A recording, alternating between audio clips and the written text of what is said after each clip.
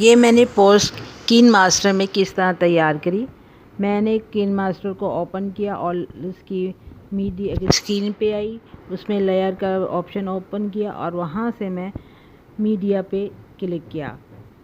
Media सबसे ऊपर वाला पॉइंट है, मीडिया पे क्लिक किया तो मैं ये यहाँ पे पहाड़ वाला यहाँ इस तरह का उस पर क्लिक किया तो यहाँ बॉक्स है कलर के। यहाँ से मैंने बारी बारी 2 कलर लिए।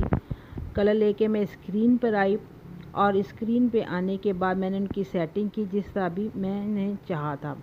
फिर मैंने दोबारा लेयर पे आई, लेयर पे आके मैंने टी पे क्लिक किया और ये कीबोर्ड खुल गया और यहाँ से मैंने जो अपनी न्यूज़ लिखनी थी, न्यूजीलैंड ने दौरा पाकिस्तान ख़त्म कर दिया, ये लिखा और इसके बाद मैंने ओके करके मैं इस पे आ गई। यहाँ नैयर सदफ लिखा और उसके नीचे पाकिस्तान के साथ आलमी साजिश।